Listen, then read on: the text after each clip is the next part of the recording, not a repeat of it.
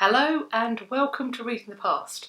I'm Dr. Cat, and before I jump into today's video topic, I just want to say a massive thank you to all of you that are watching, and particularly those of you that have subscribed to this channel, and that's whether you are a brand new subscriber or if you've been here for a while. To put it quite simply, the last week and the growth that I've seen happening on this channel, the amount of interest it seems to be generating, has been the most delightful and wonderful surprise. Thank you all. And I'm particularly grateful to see the amazing comments of support and also the fascinating questions and really interesting discussions that are taking place in the comment section of this channel, but also on my social media and over my email. And I want to make it clear that if I don't get back to you, if you don't see me responding, please don't think that I'm ignoring you. I intend to read every comment that comes into me and also to respond where appropriate and also possible. But I believe that the most important thing for me to focus on is researching, filming, editing and uploading new content for you all. I do hope that you understand and that you will stick with me. Keep watching and most importantly, please keep commenting. But for now, thank you ever so much. And with that being said, I suppose it's time that we jump into today's video topic.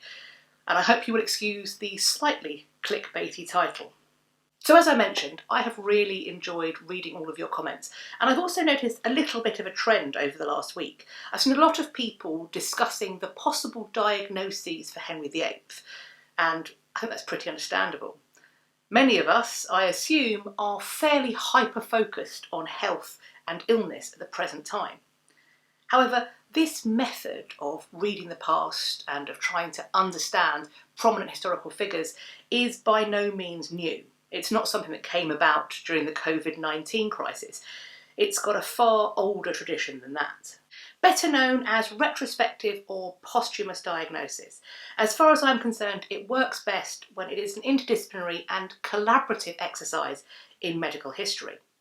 By combining historical investigation with medical diagnostic techniques for mind and body, I think we are potentially able to open up new ways of reading the past and its people. Through the appropriate use of techniques such as this, arguably, we can at least attempt to question, if not necessarily answer, things such as: Henry VI, was his period of catatonia a result of schizophrenia, clinical depression, or some other cause? Was Richard III really a hunchback? Was the well-documented madness of George III down to porphyria, or perhaps bipolar disorder? What about Queen Victoria? Her role as genetic carrier for haemophilia, what it meant for her family and its dynasty. We could use these techniques to look at Elizabeth I. Is it possible that we can find traces, evidence for her having had Marfan syndrome, or an endocrine abnormality that made her intersex? However, there is one historical figure who, as far as I can see, has racked up more diagnoses than anybody else. And it's our boy, Henry VIII, the figure that we're talking about today. So let's do this.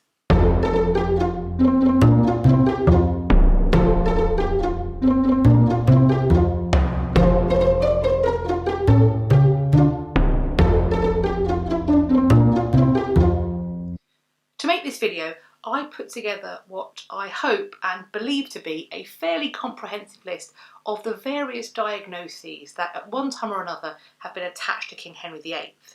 Now, for clarity, I'm not saying that one person has ever suggested that Henry VIII had all of these things going on at once. Rather, these are a number of different suggestions, options and questions coming from a variety of sources. And as far as I'm concerned, that is the way in which retrospective or posthumous diagnosis functions best, when it is viewed as a forum in which we can query things, pose questions and provide options. I think it falls down mostly when people think that their solution is the truth or the fact, when they think that they have arrived at the final end of the road. Before I jump into the following list, I want to offer the following caveat.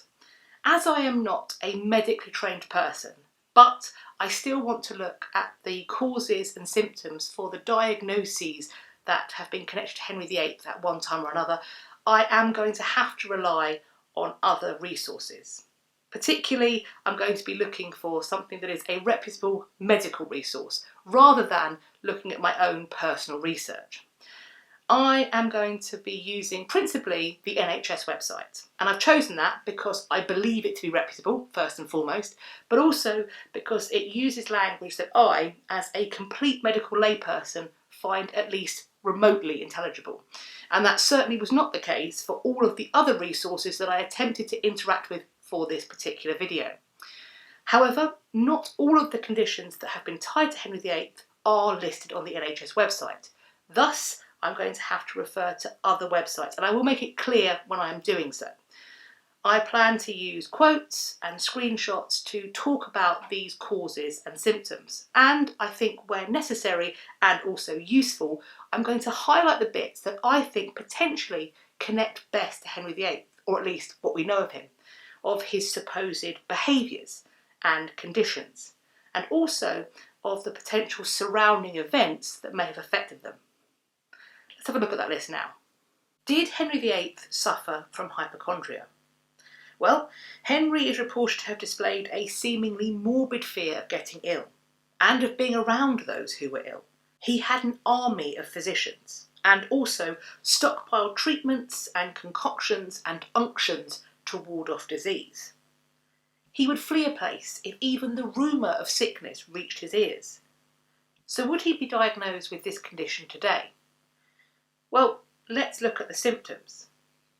Health anxiety, as it is also known, or hypochondria, may be diagnosed when someone displays some or all of the following symptoms.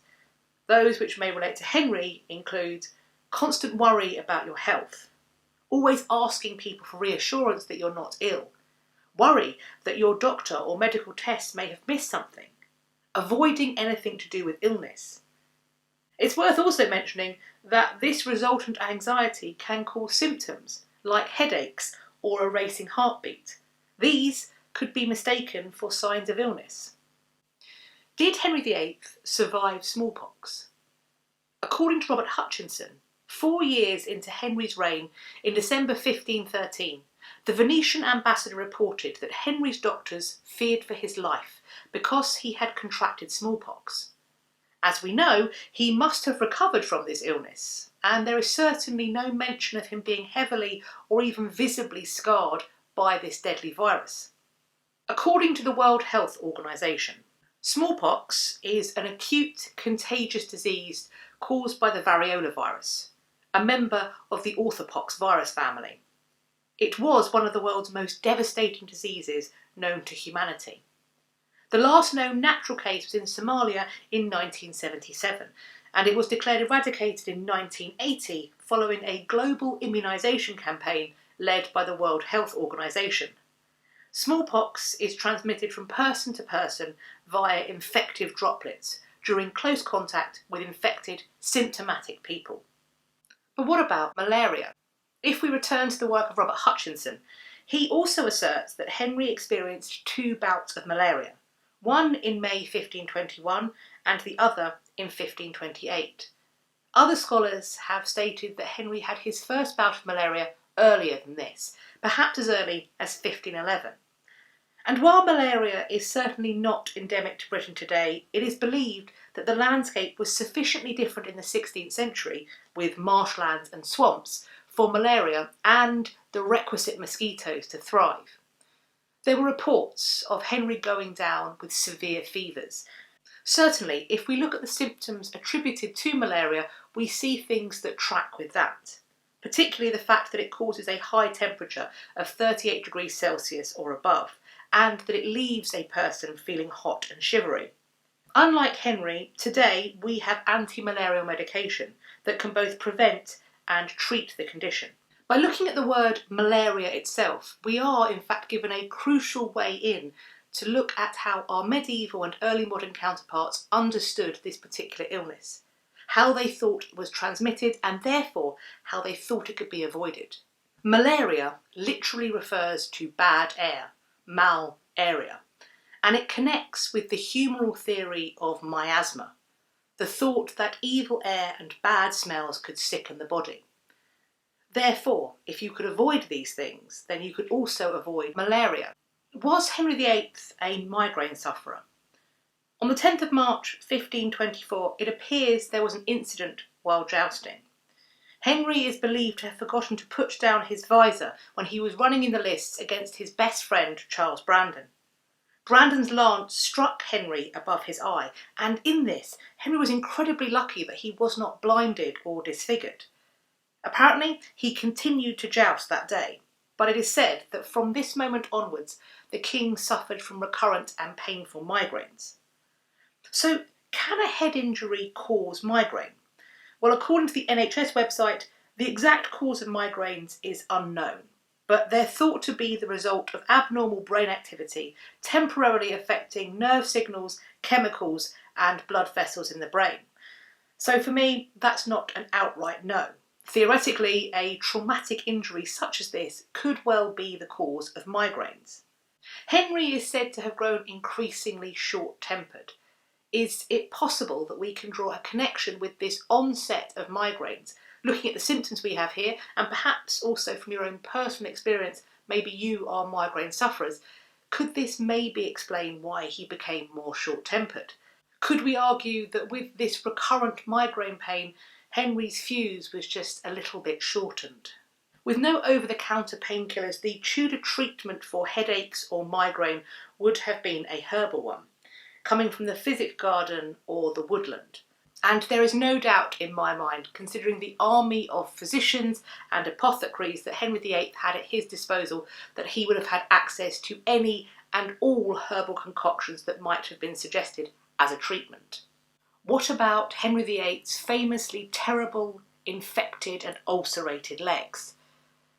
Henry's leg ulcers seem to have been a recurrent problem, potentially exacerbated by a variety of causes and events over the years.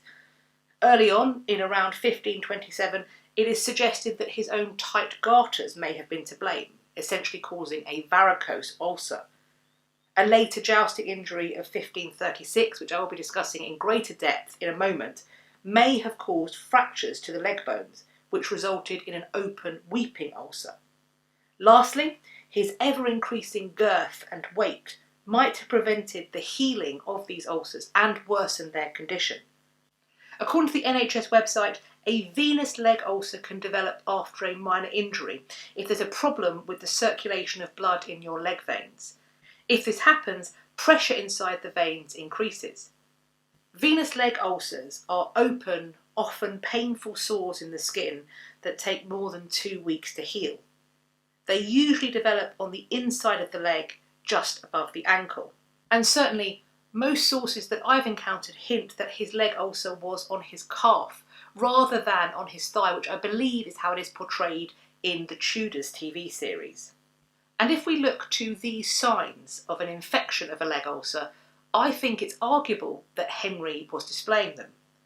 Worsening pain, a green or unpleasant discharge coming from the ulcer, redness and swelling of the skin around the ulcer, a high temperature or fever, and an unpleasant smell coming from the ulcer.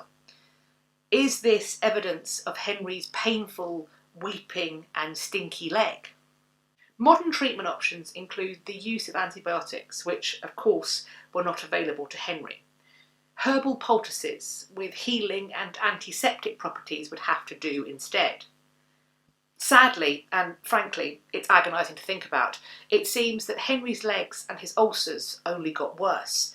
Eventually, it was found to be dangerous to Henry's life to allow these leg ulcers to close up. On one occasion, when his leg ulcer did close, Henry is said to have taken to his bed incredibly unwell, eventually going black in the face. The suggestion is that when this leg ulcer closed, there was already an infection in the bone. Perhaps the bone was broken, or perhaps the ulcer managed to get down to the bone. Therefore, Henry was starting to suffer from blood poisoning or sepsis. After this terrifying moment, it seems that Henry's doctors were doing everything they could to stop these ulcers from closing up, essentially from healing. They did everything to keep them open and weeping, to get that poison out of his body. And while they may well have been correct to do so in the absence of antibiotics, I find the very notion of it to be completely horrifying. Let's look at that second jousting accident that I talked about earlier. Was it the cause of a traumatic brain injury for Henry VIII? On the 24th of January 1536, while jousting, Henry VIII fell from his horse. Some report that the full weight of that armoured horse also landed on top of him at this time. The result was unconsciousness. Apparently, Henry was, quote, for 2 hours without speech, end quote. In addition to possibly exacerbating or re-injuring his leg ulcers, some assert that at this time, Henry VIII received a personality-changing traumatic brain injury. In regards to this, as far as I'm concerned, some of these symptoms have more than a little ring of truth. After a severe head injury, you may experience changes to your feelings and behaviour. For example, you may be angrier or more easily irritated than before. You may be less sensitive to other people's feelings, or lose your inhibitions, and behave in a way that other people consider inappropriate. Some people go on to develop a mental health condition after a severe head injury, such as depression, generalised anxiety disorder, or post-traumatic stress disorder, which apparently can occur even if you have no memory of the injury occurring. There are many who will assert that from this jousting accident, on the 24th of January 1536, a series of events began. This is the moment in which they say Henry VIII was changed irreversibly. It made him into a man who just a few months later, in May 1536, would stand by as his wife and many of his friends were arrested, tried, convicted and executed for treason. But what do you think? Did Henry VIII suffer a traumatic brain injury that made him into a tyrant? Another alleged result of this jousting accident might have been that it caused Henry to have a more sedentary lifestyle. However, this change of lifestyle was also coupled with the fact that Henry refused to change another lifestyle factor, namely his diet. He still ate as much as he ever did, but he certainly wasn't moving in the same way. It is clear, if we look at his armour, that Henry gained an enormous amount of weight.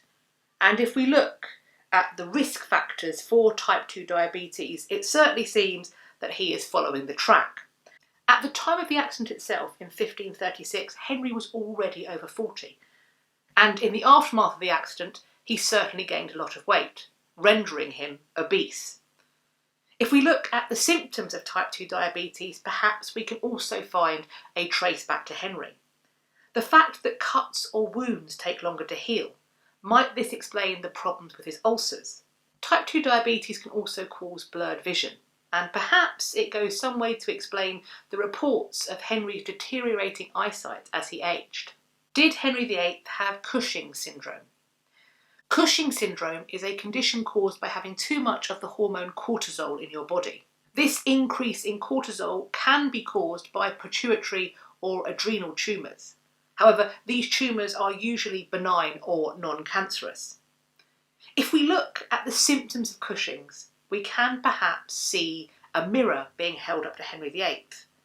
The fact that one of the main signs is weight gain and more body fat, and this can be visible, shown in a red, puffy, rounded face. Was Cushing's the true cause of Henry's reportedly low libido and evident fertility problems? Did it drive depression and mood swings? The next two conditions that I want to talk about, unfortunately, do not have entries on the NHS website, so I've had to go elsewhere and find another reputable source for the relevant information I need in relation to them. From what I understand, they also seem to be connected conditions, one a result potentially of the other. And in terms of diagnosing Henry with these conditions, that seems to be a relatively recent phenomenon. Let's look at those conditions. Did Henry VIII have McLeod syndrome as a result of his KEL-positive blood? McLeod syndrome is a rare genetic condition. According to the Genetics Home Reference of the US National Library of Medicine, McLeod syndrome is primarily a neurological disorder that occurs almost exclusively in boys and men. The signs and symptoms of McLeod syndrome usually begin in mid-adulthood. Behavioural changes such as lack of self-restraint, the inability to take care of oneself, anxiety, depression and changes in personality may be the first signs of this condition.